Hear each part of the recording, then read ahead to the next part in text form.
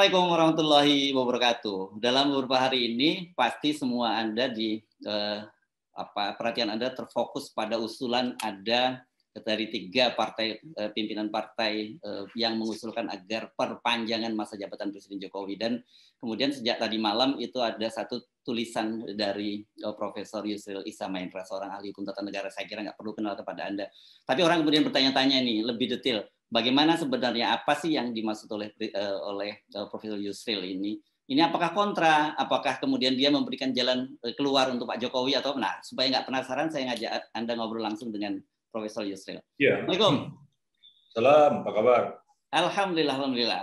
Jadi bagaimana kita memahami apa yang Anda sampaikan? Tapi sebelumnya tentu perlu disampaikan dulu basis argumentasinya, dan kemudian mengapa Bang Yusril sampai kemudian memberikan semacam orang menganggap sebagai jalan keluar untuk Presiden Jokowi jika mau memperpanjang masa jabatannya. Ya, sebenarnya tulisan saya itu main approach-nya itu adalah hukum tata negara, bukan main approach-nya itu politik. Ya. Kalau hukum tata negara itu dia bicara norma, dia bicara kaidah-kaidah, dia bicara konstitusionalitas, dan dia mencari jalan keluar terhadap suatu kesulitan yang dihadapi. Dia sama sekali nggak bicara orang. Ya, mau siapa berkuasa itu bukan urusan hukum tata negara. Pertanyaan Anda mengingatkan saya satu hari ketika saya memberi jalan barangkali ya, bagaimana caranya Pak Harto itu mundur.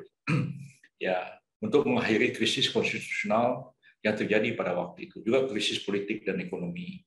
Bayangkan ada 150.000 tentara ditempatkan di Jakarta ini, udah 2 minggu pegang senjata begini, mengawasi orang, nggak ngapa-ngapain, itu dilempar batu aja bisa meledak. Dan saya ingin mengakhiri krisis itu dan mengatakan pada Pak Harto, ini jalan keluarnya. Nah, setelah Pak Harto, krisis itu berakhir kurang dari sejam. Ya, Pak Harto membacakan pidato yang sangat monumental, ya, pernyataan berhenti sebagai presiden, dan sudah itu hanya berapa detik, ya, Habibie mengucapkan sumpah sebagai presiden baru di hadapan Ketua Mahkamah Agung. Lalu sesuai dengan apa yang saya setting, Panglima ABRI pada waktu itu Wiranto membacakan statement ABRI menganggap ini sah dan mendukung presiden yang baru mengucapkan sumpah tadi. Maka proses konstitusional berjalan, Habibie legitimate sebagai presiden dan Pak Harto legitimate mundur sebagai presiden. Banyak orang marah sama saya, ya, mulai dari yang rasional sampai yang irasional. Yang irasional itu yang anak-anak PKI. Kenapa Bung Yusril Anda bikin kok Pak Harto begitu mulus berhentinya? Kita mau dia diseret-seret ke jalan. Wah, kalau nggak beginilah lain lagi ceritanya, saya pikir kan. Nah, termasuk juga Ali Sadikin, termasuk juga Emil Salim. Nah, Emil Salim bilang, tapi kenapa Habibie? Nah, itu salah Pak Emil. Karena Pak Harto ditawarin menjadi wapres, Pak Emil nggak mau. Nah, tugas saya menjaga konstitusi supaya negara ini aman dan sah dan konstitusional. Saya nggak punya pilihan dan saya tidak melihat orang. Kalau presiden berhenti, dia digantikan oleh wakil presiden. Ya, siapapun wakil presiden itu, ya, kalaupun hantu wakil presiden itu, hantu itu yang akan saya urus jadi presiden hari itu. Coba Pak Emil yang jadi wakil presiden. Pak Emil yang saya urus jadi presiden. Bukan B.J. Habibie. Emil Salim terdiam. Satu. Kedua, Ali Sadikin. Ali Sadikin sama ya, kalau Ali Sadikin yang nanya ini agak aneh kan ya? Aneh. Ya. Ali Sadikin bilang, itu tidak sah berhentinya Pak Harto itu. Itu salah, katanya. Jadi maksud Pak Ali, ya dia harus berhenti di hadapan MPR dong.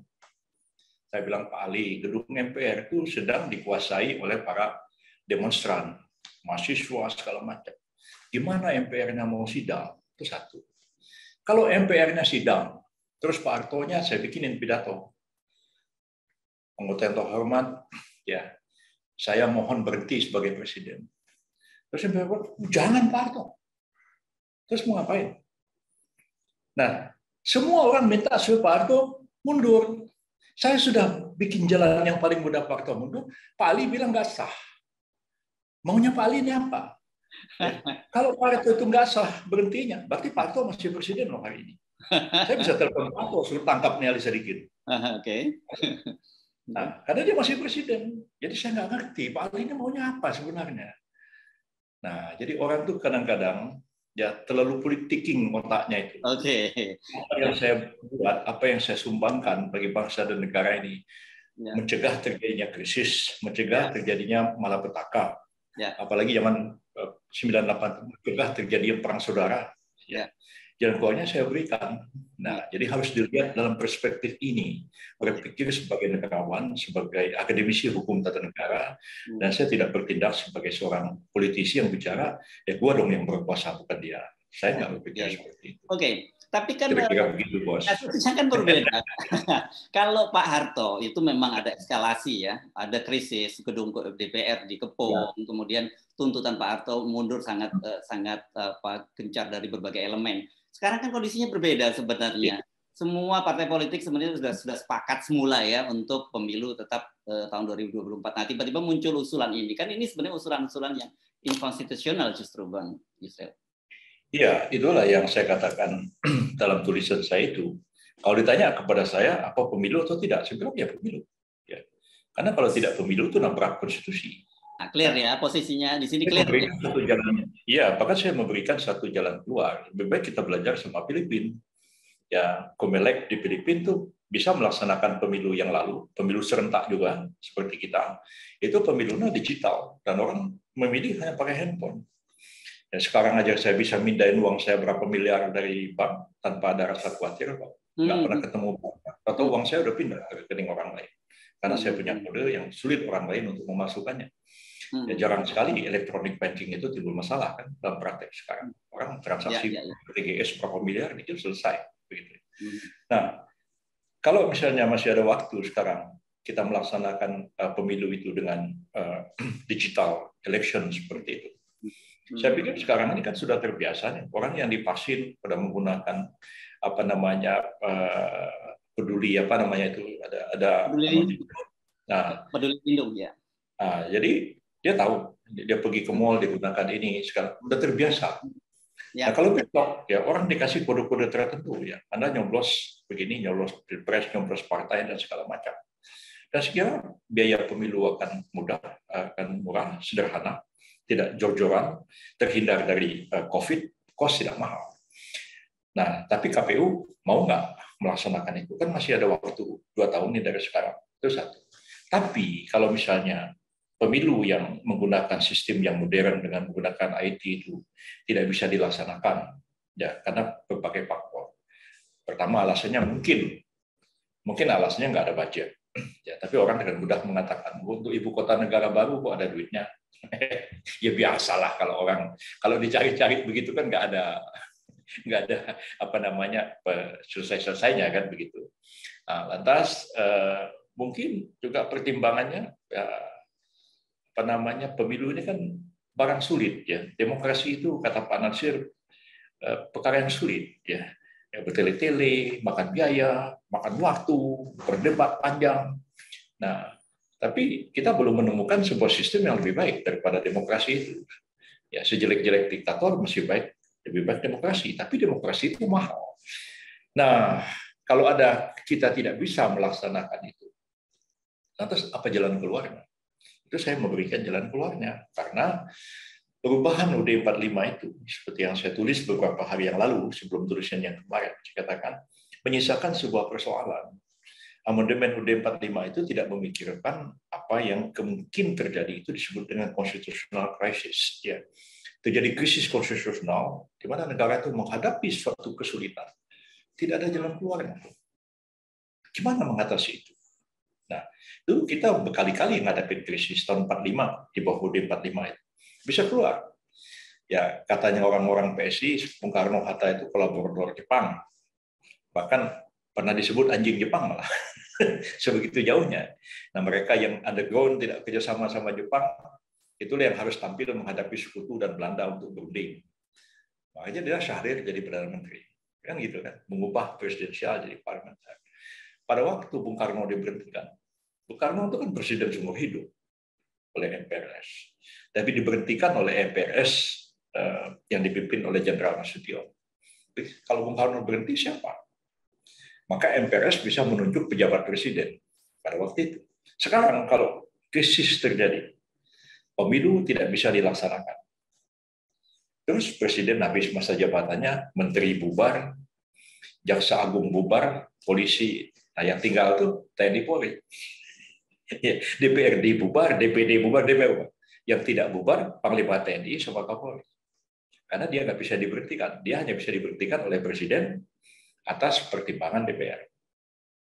Anda bisa membayangkan nggak ada potensi untuk melakukan kudeta di situ? Ya, minta maaf ya, saya bukan duduk-duduk. Ini kita bicara teori aja. Saya percaya kawan-kawan semua. Ya. Saya percaya. Maksud saya ngomong yang nggak baik, tapi potensi seperti itu ada. Harus dibayangkan itu ya, harus dibayangkan. Oke. Nah, jadi semua vakum, semua tidak sah. Nah, dan saya tidak berteori. Saya punya pengalaman menghadapi Hendarman Supandi dulu kan. Ya. Nggak hujan nggak angin, saya dinyatakan tersangka sama dia. Saya bilang, saya datang ke Kejaksaan Agung, mau diperiksa sama Amin Syah almarhum. Terakhir jadi wakil Jaksa Agung beliau itu. Dia bilang, Pak Arifin datang, iya datang loh. Anda panggil, masa saya nggak datang? Saya menghormati institusi Anda. Ya. Cuman pertanyaannya gini, sebelum Anda periksa saya, pertanyaannya, ini Jaksa Agung sah atau enggak? Kalau Jaksa Agung nggak sah, ya jangan Anda periksa saya.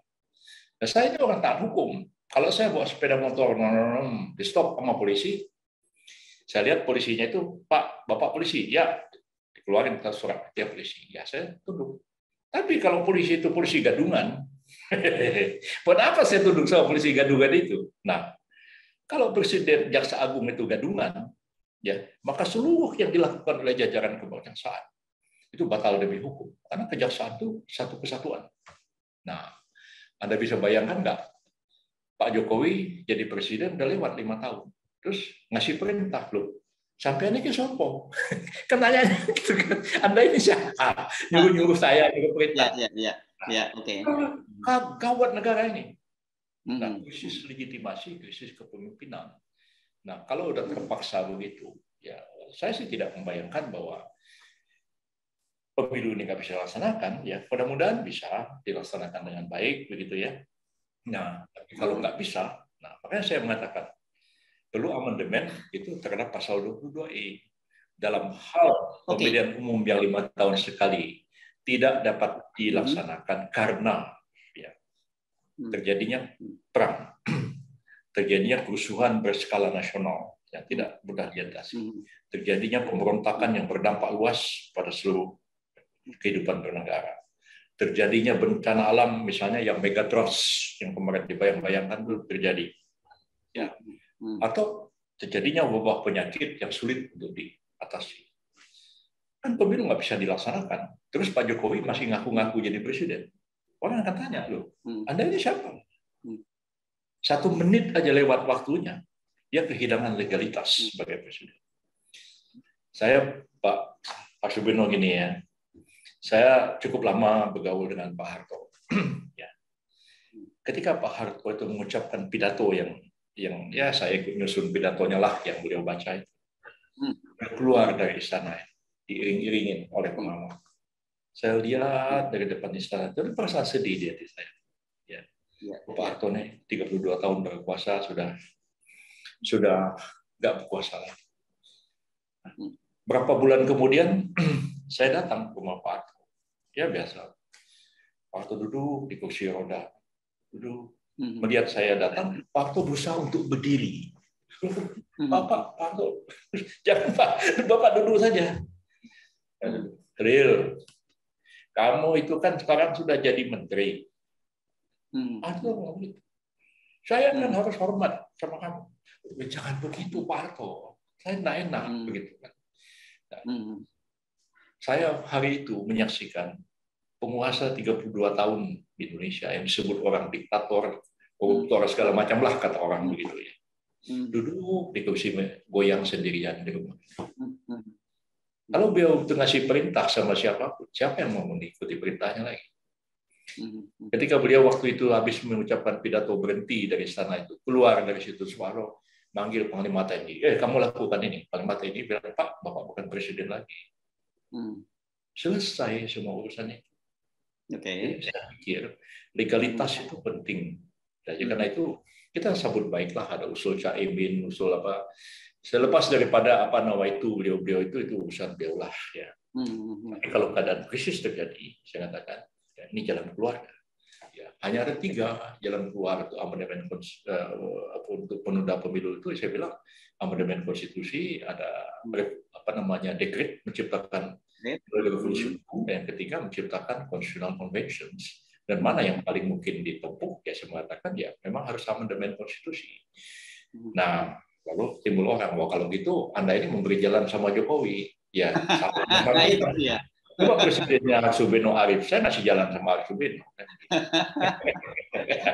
Tapi gini, sebelum ketiga tadi kita elaborasi ya, ketiga jalan keluar tadi, kan tadi sebenarnya saya menangkap justru dalam situasi sekarang ini, harusnya ya, ada yang disebut dalam situasi krisis, pandemi dan sebagainya, bukannya kita berpikir memperpanjang masa jabatan, tetapi justru bagaimana kita memperbaiki cara-cara pemilu kita tadi yang ada sebut bisa lewat digital dan sebagainya. Jadi harusnya kan orang berpikirnya begitu kan, bukan justru malah memperpanjang.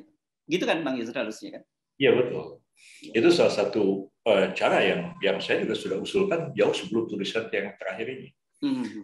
Bahkan saya sudah beberapa bulan yang lalu mengemukakan digital election itu, tapi nggak ada yang gaungnya tidak besar, tidak mendapat sambutan dari publik begitu. Omongan soal itu, lalu ini keadaan berkembang terus sampailah para petinggi parpol itu kemudian ya mengusulkan mula-mula perpanjangan. Ya. Pak Bahlil bilang penundaan pemilu, tapi hakikatnya kan sama. Kalau pemilu ditunda, presidennya otomatis diperpanjang. Semua DPR, MPR, DPD, DPRD semua diperpanjang. Ya, di sana sini senang. Saya tidak mau memperpanjang begitu aja. Ya. Banyak saya katakan status mereka adalah pejabat.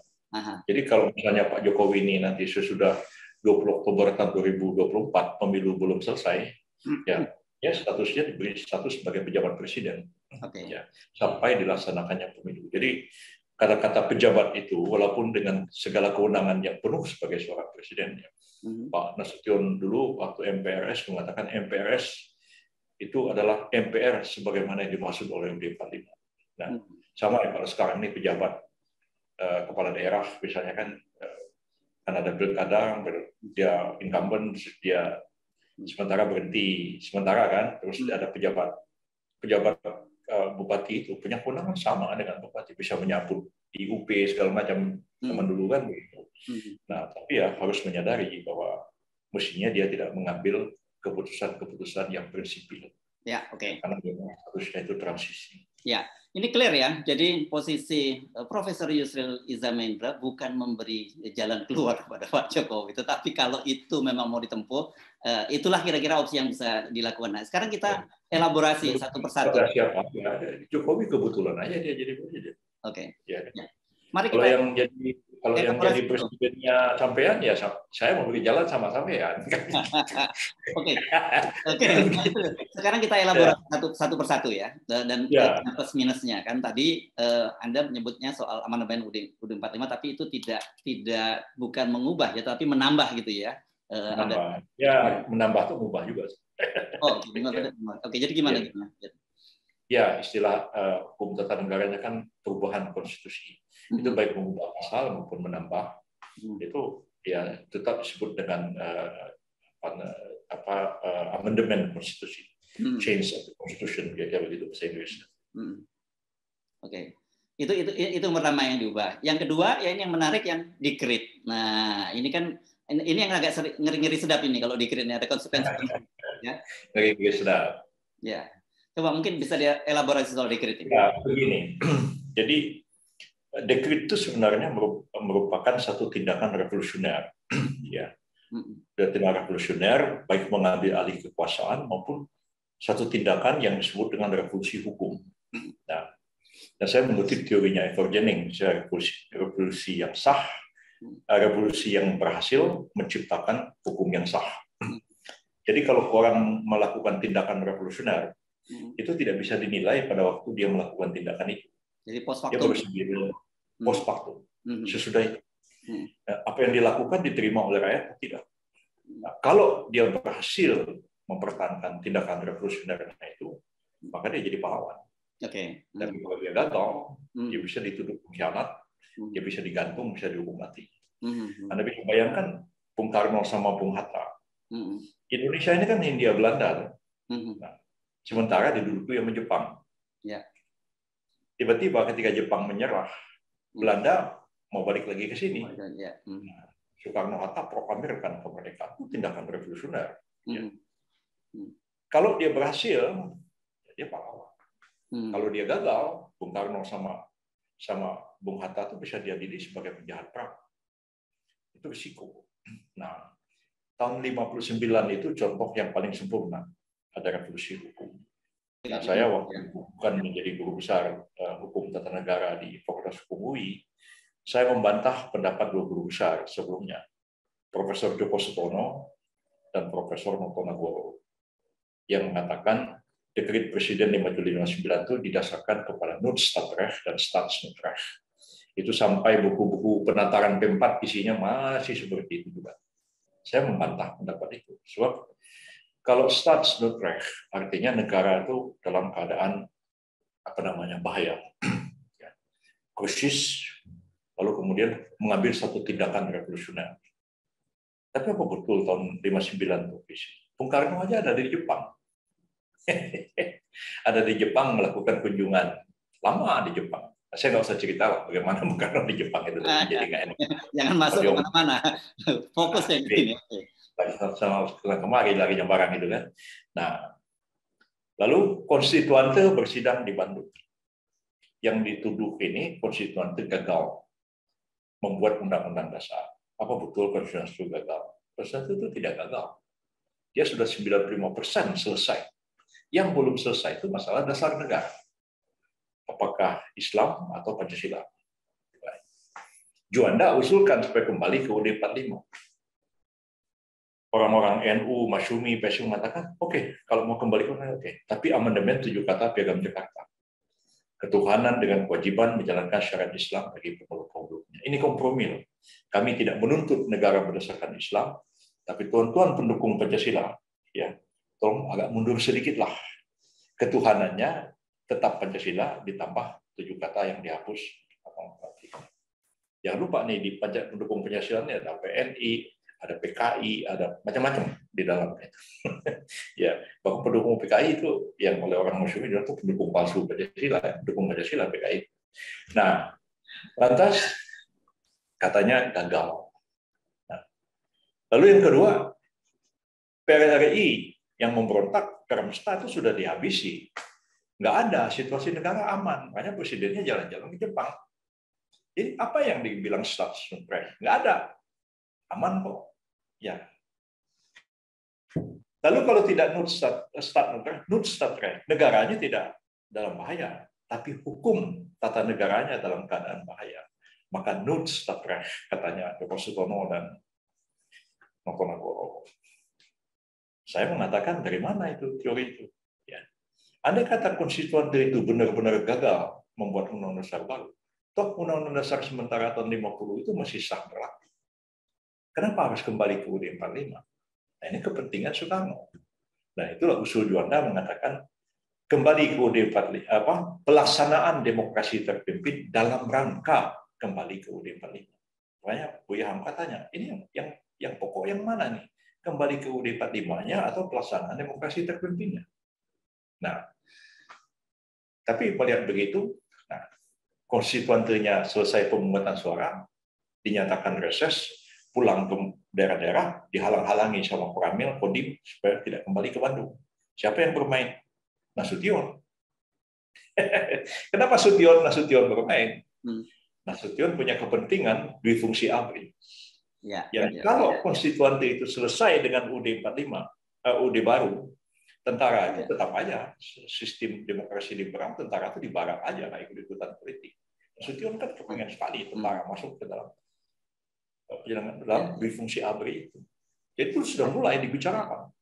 Nah, dan Nasution berpendapat bahwa dui fungsi ABRI itu akan terlaksana jika UUD 45 diperlakukan. Jadi kepentingannya ini menyatu. Nah, makanya ketika konstituante selesai ini pulang ke kampung masing-masing, lantas Nasution menyatakan SOB, negara dalam keadaan perang, dalam keadaan bahaya, ya, dan berlaku darurat militer.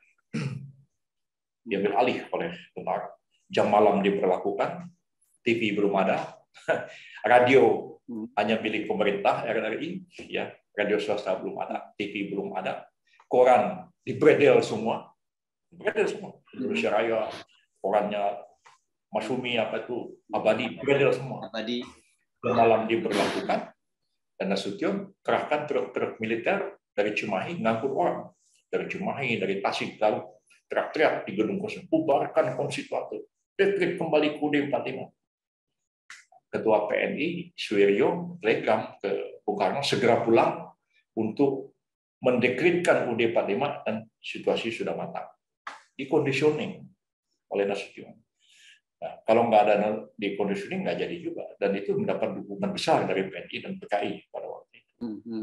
Nah, jadi satu hari saya ngobrol sama Pak Jenderal Nasution, betul tuh panas loh. Panas bilang, saudara Yusril tahu dari mana? Kalau jawabnya panas begitu, berarti benar dong. Ya, panas. Ketawa. Saudara Yusril tahu dari mana? Katanya. Saya bilang, saya mau beli lubis kan musuhnya panas. Tahu semua kelakuannya apa ya. Lubis intelijen, tahu semua gerakannya. Lakukan pada. Jadi tidak ada dekret seperti itu bisa terjadi tanpa dukungan militer. Ya. Satu. Ini kita bikin disclaimer juga. Ini juga jangan memberikan, bukan jangan dikira bahwa Yusril kemudian juga memberikan jalan keluar lagi supaya syarat-syarat negara darurat itu terpenuhi gitu. Ya, nggak ada caranya itu. Nah, dulu kan Gus Dur pernah gitu. Gus Dur mau keluarkan dekret bubarin DPR MPR karena taman kanak-kanak kan begitu kan.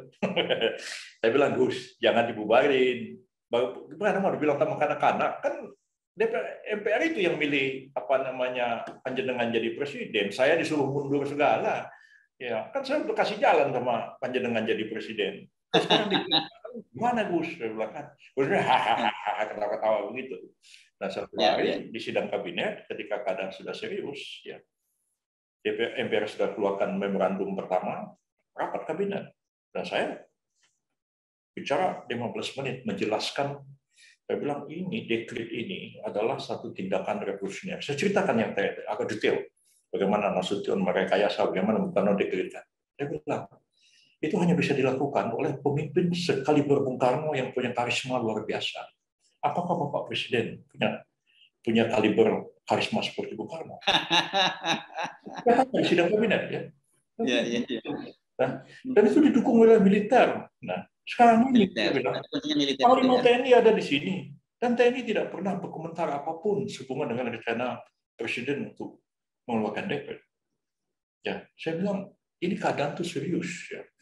Kalau nasihat saya, kalau MPR sudah keluarkan memorandum pertama, lebih Presiden mengundurkan diri. Ya. So itu baik bagi Presiden, baik bagi bangsa dan negara, baik bagi dan sebagainya. Ya. Kalau Presiden ngotot, dugaan saya ini memorandum 2 akan keluar dan Presiden akan diberhentikan. Dan saya tidak ingin Presiden dipermalukan. Itu saya ngomong di kabinet. Waktu saya bicara begitu, ya, itu Erna Witular, anggota kabinet, dia marah-marah sama saya. Kenapa Menteri Kehakiman bicara begitu kepada Presiden? Saya bilang, ya, kita maaf ya, saya ini kan dulu sama Bu Mega, sama Pak Gus Dur ini sama-sama calon Presiden. Ya wajarlah kalau saya memberikan satu pendapat. Mohon maaf, saya bilang, ini kebaikan kita bersama. Gus Durnya marah. Itu dikotoknya palu, plok. Sidang kabinet diskors. Saya langsung keluar. Saya dikejar sama 3 jenderal. Widodo AS, Susilo Bambang Yudhoyono, sama Agung Gumelar. Agung bilang, bos, jangan buru-buru nih, sini dulu kita ngomong. Buru-buru 3 orang. Pak Yusril, apa yang Anda bilang benar, bagusnya Presiden. Katanya Pak Widodo AS. Lah, kenapa Panglima tidak bicara tadi kita ini tentara, ya kita ini bagaimana? Kita prajurit bagaimana mau menentang panglima tertinggi? Itu benar. Saya setuju pendapatnya. Nah, tiga-tiganya itu. SB nggak ngomong apa-apa, tapi aku saya tinggal kita mau pergi cepat-cepat. Besok juga saya dipecat sama Gus Dur. Saya bilang benar. Ya, besoknya saya lagi di Bali. Diganti ya. Ganti ke Lopa ya. Jadi wartawan waktu itu Yusril dipanggil ke istana, buru-buru saya ke istana. Saya menghadap Gus Dur, jadi belum mengatakan Mas Yusril, jadi tugas sampean sudah selesai. Maksudnya apa, Gus? Ya sudah selesai. Ya besok saya akan melantik Pak Udin Lopa. Oh jadi saya diberhentikan Gus. Ya begitulah katanya. Jadi saya keluar. Dia bilang, saya baru dapat kado ulang tahun dari Gus Dur. Ini pas ulang tahun saya bilang. Oh, Apa gitu. Pak? Ya saya dipecat. Itu jadi namanya Gus Dur. Tapi kan apa yang saya ramalkan itu kan terjadi. Ya. Gus Durnya tetap mengeluarkan dekret, ya MPR-nya langsung bersidang. Malah Gus Dur diberhentikan.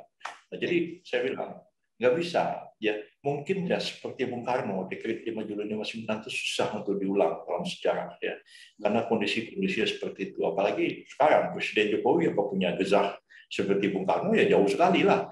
Ya TNI juga belum tentu, apalagi sekarang jangan lupa loh TNI sama Polri ini dua kekuatan yang terpisah sekarang. Satu di bawah komandonya Jenderal Nasution pada waktu itu tuh Kepala Staf Angkatan Perang. Namanya itu KSAP pada waktu itu. Nah, jadi saya pikir, mikir-mikirlah kalau mau melakukan itu. Jangan sampai misalnya porang-poranda gitu maksudnya.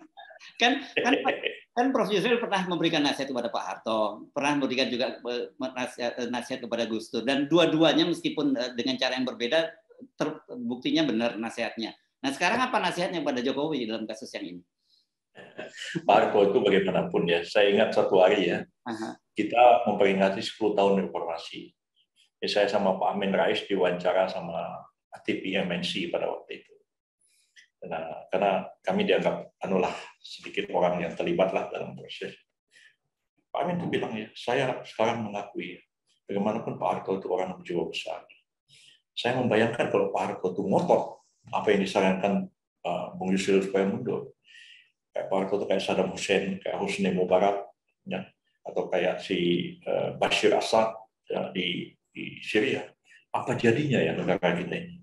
Maksudnya Pak Harto, ya bagaimanapun ya dia mau mundur. Nah itu yang paling penting. Dan saya kira itu menjadi pelajaran lah bagi kita semua. Pemimpin itu kan ya ada khilafnya juga. Kita hilaf kita maknanya. Kalau saya sih menasihatkan kepada Pak Jokowi ya memang supaya kita tetap mentaati konstitusi. Nah, Undang-Undang Dasar itu kan kita buat begitu. Dan saya 2 kali bertemu Pak Jokowi dan bicara masalah ini beliau. Jadi saya sih agak ledek-ledekin waktu itu. Nah ini mau bikin ibu kota baru nih berapa tahun nih Pak Mas Jokowi? Ya bisa lama ini loh. Ini jangan-jangan perlu 3 periode. Jadi 3 periode katanya. Kan situ yang lebih ngerti apa cantolan konstitusionalnya yo katanya. Nggak ada tuh. Jangan saya disuruh nabrak konstitusi. Nah itu Pak Jokowi seperti itu. Jadi saya pikir ya secara zahir ya beliau ya bilang begitu, dan itu yang saya pegang. Ini mudah-mudahan ya memang itu bukan kemauannya Pak Jokowi, ya. Kemauan orang-orang yang orang begitu. Kadang-kadang jadi pemimpin itu susah ya. Saya ingat Pak Harto juga ya. Satu hari saya dengan Pak Faisal Tanjung ya ngobrol sama Pak Harto gitu. Terus Pak Harto, saya ini bagaimana ya baiknya ya, masih apa maju lagi atau mau bagaimana? Itu tahun 97. Ya Pak Faisal ya Imam Mayatul. Gimana Ariel kata Pak? Kalau saya pikir ini saat yang paling baik Bapak mundur pelan-pelan ya. Puncak keharuman Bapak sekarang, kesuksesan Bapak sekarang. Lah iya, saya tuh sudah mau lengser ke Prabon Madep Pandito. Yang ngomongnya begitu pakai bahasa Jawa. Nah, saya manggut-manggut begini. Kita kan waktu keluar senang sama Pak Faisal. Itu yang Pak Yusril bilang tuh betul loh. Pak Faisal aja ngomong tuh, mana sih aku berani ngomong sama dia. Ngomong begitu kan. Jadi kita kedua pulang. Satu hari coba Pak Harto maju lagi. Nah, saya kan nggak ada Pak Faisal nih. Dengan saya sendiri nih, saya di bidang gerahan ngomong dengan Pak, kok jadi maju lagi Pak? Nah iya ini Harmoko ini keliling safari Ramadan. Terus pulang menghadap saya dengan yang lain-lain. Semua mengatakan saya ini masih dibutuhkan. Saya pikir masih dibutuhkan gini. Ya seperti itu. Kemarin ada yang nanya sama saya, ya itu kalau itu terjadi gimana ya? Saya bilang politik ini kan sudah nggak terduga. Ya dulu menurut Pak Harto ya Harmoko yang ngusulkan seperti itu. Enggak pada waktu krisis 98. Pak Harmoko kan ketua DPR pada waktu itu. yang memimpin sidang negara, ngetok palu sampai patah ketok palunya, yang minta Pak Harto mundur. Mungkin nggak bisa terduga. Ya, mungkin Caimin hari ini yang mengusulkan. Siapa tahu nanti Caimin malah menyarankan mundur, kan begitu kan? Ya, Oke. gitu. Artinya opsi yang kedua ini adalah dekret yang mungkin dilakukan, dan tapi menurut yang harus diingat oleh Pak Jokowi ada konsekuensi serius kalau dekret itu dan dekret itu syarat-syaratnya gitu ya. Betul. Jadi Pak Jokowi tentu akan menghadapi kritik yang luar biasa. Kalau di dekret ini kan ujung-ujungnya kan menambah pasal UUD 45 juga, ya kan? Dekret menambah ini kan timbul pertanyaan zaman sekarang. Orang kan udah jauh lebih kritis sekarang. Apa bisa? Apa benar? Nah, nggak seperti tahun 59 itu. Ya, Bung Karno mudah aja mengeluarkan dekret. Sekarang nggak akan semudah itu. Dan saya kira saya tidak menyarankan langkah itu ditempuh. Jadi apalagi yang terakhir yang saya katakan itu dengan cara menciptakan konvensi ketatanegaraan, ya. Dan konvensi ketatanegaraan itu kan merubah undang-undang dasar dalam praktek. Ya, teksnya tidak berubah, teksnya sama aja seperti itu. Nah, tapi kan apa bisa dilakukan? Sekarang orang mengatakan, wah, kalau begini ini pelanggaran terang-terangan terhadap UUD 45, impeachment presiden, udah begitu. Jadi saya kira nggak sederhana. Nah, ini kan persoalan konstitusi ini, Pak Supino, ya. Konstitusi itu kan, kalau Bung Karno tahun 58 itu menjawab kritik Pak Natsir supaya mentaati konstitusi, karena bilang, ya apa konstitusi dibuat untuk manusia atau manusia dibuat untuk konstitusi? Itu pertanyaannya Bung Karno. Ya, kita ini bikin UUD 45, terus apa kita ini UUD 45 itu untuk manusia atau manusia itu untuk konstitusi? Begitu. Nah, saya pikir begini. Kalau kemarin saya ditanya begitu, saya bilang begini, ya. Kalau saya belajar ilmu kalam, begini. Allah Ta'ala itu kan mengatakan bahwa orang-orang yang beriman dan bertakwa dan melakukan amal kebajikan itu kan akan masuk ke dalam surga, khalidina fiha abada, masuk dalam sana kekal untuk selama-lamanya. Sebaliknya orang musyrik, zolim, ya segala macam itu sudah masuk neraka jahanam, kekal selama-lamanya. Pertanyaannya, Tuhan tuh bisa nggak masukin orang baik-baik ke dalam neraka, masukin orang musyrik, orang jahat itu ke dalam surga? Kita bilang nggak bisa. Loh, ini Quran diciptakan untuk Tuhan atau Tuhan untuk Quran? Pertanyaannya kan seperti itu. Kalau gitu Tuhan nggak berkuasa dong kalau begitu. Kalau dia nggak bisa masukin orang baik ke dalam neraka, orang jahat ke dalam surga. Kan dia maha kuasa. Kalau dia maha kuasa kan. Tapi ya, kita mengatakan coba di dalam Al-Quran, Allah itu tidak akan mengingkari janji-janjinya. Nah, jadi bukan Tuhan itu tidak maha kuasa, dia maha kuasa. Tapi dia telah menetapkan ini, dan dia sendiri tidak mau melampaui itu. Orang Mu'tazilah mengatakan kalau Tuhan itu zalim itu adalah sifat yang mustahil. Kan gitu kan? Kalau ilmu kan ada sifat wajib, sifat mustahil, kan gitu. Mustahil Allah itu bersifat zalim. Nah, jadi konstitusi itu memang dibuat oleh kita untuk menata negara ini. Boleh nggak kita langgar? Nggak boleh. Kalau kita mau langgar, ya konstitusi itu kita ubah dulu. Nah, sama presiden tuh bisa mengeluarkan peraturan pemerintah, dia bikin sendiri, nggak campur tangan yang lain. Dia bisa bikin perpres. Nah, tapi begitu bikin PP, bikin perpres, bisa nggak presiden langgar PP, perpres? Saya yang bikin kok, bisa aja saya langgar. Nggak bisa. Dia bilang Tuhan aja nggak bisa masukin orang musyrik ke dalam surga, ya, karena dia telah mewahyukan Al-Quran. Kita baca bersama-sama, jadi nggak bisa seperti itu. Jadi saya kira jangan kita timbul polemik nanti. Lebih baik memang ya kalau mau seperti itu ya amandemen konstitusi harus dijaga. Karena amandemen ini begitu sekali dibuka, dia lari kemana-mana. Kayak amandemen 99 sampai 2003 itu pasal-pasal amandemennya lebih banyak daripada pasal UUD 45 yang asli. Dan kita bacanya pun bingung. Kadang-kadang kan ya ada misalnya presiden itu melakukan perbuatan tercela. Perbuatan tercela itu bukan bahasa hukum. Nggak ngerti kita. Apa maksudnya? Ya. Kalau di Madura sholat Jumat nggak pakai peci ya tercela. Ya kan? Oke. Oke. Jadi Ya, saya kira gitu. sebenarnya dari sisi sebagai seorang scholar, dari seorang ahli hukum tata negara, clear tatarannya itu. Tetapi saya kira kita mesti kembali lagi kepada soal kehidupan kita berbangsa dan bernegara gitu, bahwa aturan itu kan dibuat bukan untuk dilanggar, bukan untuk diubah-ubah untuk kepentingan orang yang berkuasa. Kan saya kira itu penting kita garis bawahi kan. Ya, betul. Tentu kita kan maksudnya menciptakan konstitusi itu supaya inilah pedoman kita bernegara. Tapi konstitusi itu juga memang memberikan satu jalan keluar terhadap masalah-masalah yang kita hadapi. Memang hukum tidak bisa mengatur segala-galanya, ya. Makin segala-galanya mau diatur, makin tidak karuan hukum itu. Nah, apalagi Undang-Undang Dasar. Undang-Undang Dasar itu memang harus mengatur pokok-pokoknya. Tadi saya mengatakan bahwa dalam hal misalnya pemilihan umum yang dilaksanakan 5 tahun sekali itu seperti dalam pasal 22 ayat 1 tidak dapat dilaksanakan karena perang, karena kerusuhan yang berskala nasional, karena pemberontakan yang berskala nasional, karena bencana alam. Nah, detail-detailnya kayak apa? Ya, misalnya orang memberontak di Papua aja atau di Aceh, bisa nggak menunda pemilu? Kan nggak bisa. Nanti kan undang-undang harus mengatur itu lebih detail. Jadi saya pikir memang yang paling penting itu bukan apa-apa. Yang paling penting itu legitimasi, ya, legitimate atau tidak. Ya.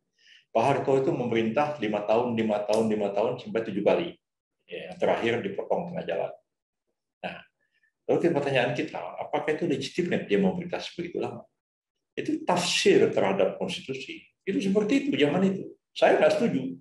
Ya, saya nggak setuju. Dan saya dalam tulisan-tulisan saya mengatakan bahwa kata-kata presiden memegang jabatan 5 tahun, selama 5 tahun, dan sesudah itu dapat dipilih kembali. Jadi kalau sesudah itu dapat dipilih kembali, artinya itu sesudah yang 5 tahun itu. Jadi sesudah itu dapat dipilih kembali. Berarti 5 tahun lagi, berarti cuma 2 kali. Nah, tapi tafsiran mayoritas kan tidak seperti itu. Pokoknya 5 tahun, 5 tahun, 5 tahun, ila yaumil qiyamah kan gitu. Sama masih hidup terus begitu. Bung Karno di lagi, Bung Karno banget diangkat jadi presiden umur hidup. Ya, ya. Ya, tetapi dengan amandemen Undang-Undang Dasar 45 kan jelas bahwa ini tidak bisa diperpanjang lagi, hanya untuk bisa dipilih untuk 1 kali jabatan berikutnya. Kan sebenarnya itu clear kalau yang dalam sekarang ini. Iya, kalau sekarang ini sudah dibatasi bahwa masa jabatan itu cuma 2 periode maksimum. Ya, kalau mau dikotak-katik bisa aja kayak Duterte sekarang ini di Filipina. Di Filipina kan jabatan presiden 7 tahun 1 kali. Nah, sekarang dia mau maju tapi sebagai wakil. Gantian gitu kan. Bisa nggak nanti udah 2 kali Pak Jokowi wakil, presidennya kayak Ma'ruf. Bisa aja. Ya. Dalam skala wali kota itu pernah terjadi di Surabaya. Ketika Bu Risma dengan Bambang Deha kan pernah dilakukan semacam itu juga gitu. Ya. Jadi ya sebenarnya maksud kita itu memang supaya membatasi kekuasaan. 5 tahun, 10 tahun udah maksimum. Ya. Dan itulah kesepakatan kita waktu zaman reformasi. Tapi ya tetap menyisakan persoalan seperti yang saya bilang tadi itu. Kalau jadi perang terus, Bang. Nah, nggak bisa pemilu, presidennya udah habis. Siapa yang ngasih komando pada TNI? Sebagai panglima tertingginya udah nggak ada. Negaranya tetap berenang juga. Nah, karena itu harus ada jalan keluar. Yang jalan keluar itu saya pikirkan supaya bukan diperpanjang 3 kali, enggak. Ya. Dia diperpanjang sampai dengan pemilu dapat dilaksanakan. Dan status dia adalah pejabat presiden. Ya. Bukan presiden penuh. Ya. Dan itu pun harus ada syarat-syarat tadi ya, kondisi-kondisi tadi. Ya. Dan apakah kemudian pertanyaannya saat sekarang ini memenuhi syarat-syarat itu yang disebut tadi bahwa ada bencana, ada kondisi darurat, ada yang bersyarat-syarat lain tadi itu, apakah sekarang dianggap bisa memenuhi ketentuan itu? Sebenarnya kalau kita lihat, saya nggak tahu ya, karena saya nggak di pemerintahan. Sebenarnya seberapa punya uang sih pemerintah ini untuk bisa menyelenggarakan pemilu? Satu. Dan sejauh mana potensi gangguan keamanan bisa terjadi dalam skala nasional, bukan melihat misalnya parsial di Aceh atau di Papua misalnya. Dan sejauh manakah kita bisa memprediksi pandemi ini, kapan dia akan berakhir? Nah, jadi tergantung pada kondisi-kondisi ini. Dan sama seperti misalnya presiden itu bisa mengeluarkan perpu kan dalam hal ihwal kegentingan yang memaksa presiden mengeluarkan peraturan pemerintah sebagai pengganti undang-undang. Nah, tapi orang mengatakan kalau gitu bisa aja cari-cari alasan memaksa gitu kan. Tapi kan dalam sejarah nggak banyak juga presiden mengeluarkan Perpu. Ya. Jadi seperti ini juga, walaupun ada dalam konstitusi dikatakan ada wabah penyakit dan segala macam, tapi apakah kondisi sekarang sudah cukup atau tidak untuk mengatakan itu ada dijadikan alasan untuk menunda pelaksanaan pemilu? Saya pikir secara resmi penundaan itu belum ada. Bahkan pemerintah dan DPR sudah sepakat bahwa hari H pencoblosan itu tanggal 14 Februari tahun 2024. Dan itu diputuskan bersama oleh pemerintah dan DPR. Nah sekarang ini baru tingkat lobby-lobby pemimpin partai politik, ya Pak Caimin, kemudian Pak Erlangga, kemudian Pak Zulhas, begitu. Tapi juga kita lihat Pak PDIP kurang berkenan kelihatannya ya statementnya. Nasdem menolak. Jadi juga saya kira akan ada satu perdebatan mengenai soal ini. Dan begitu juga pandangan-pandangan para akademisi sudah cukup atau tidak begitu. Nah kalau saya kan tidak dalam posisi harus menilai mengatakan oh sudah ada. Nah saya juga nggak ngerti masalah pandemi itu. Tanya dokter-dokter lah yang tahu kan begitu segala macam. Jadi lebih baik kita ya ini masalah pandemi kan susah diramal. Nanti katanya udah mau akhir. Kalau saya tanya sama kepala kelenteng, gimana nih Pak? Kapan nih berakhir? Nanti after Chinese New Year katanya. Ini udah berapa kali nih Chinese New Year selesai masih COVID dan masih ada terus ya nanti after next Chinese New Year. Itu besok. Kalau orang Jawa bilangnya besok. Kepala kelenteng. Ya. Orang Jawa bilangnya besok itu kita ya nggak tahu besok. Gitu kan. Ya. Saya kira tapi clear lah apa yang disampaikan oleh Profesor Yusril, karena sekali ini Profesor Yusril bicaranya sebagai seorang ahli hukum tata negara, bukan sebagai politisi ya, bukan sebagai ketua umum partai juga. Karena kalau ketua umum partai bicaranya pasti akan berbeda dengan seorang ahli hukum tata negara gitu. Ya. Terima kasih Prof. Yusril bisa ya. Assalamualaikum warahmatullahi wabarakatuh. Waalaikumsalam.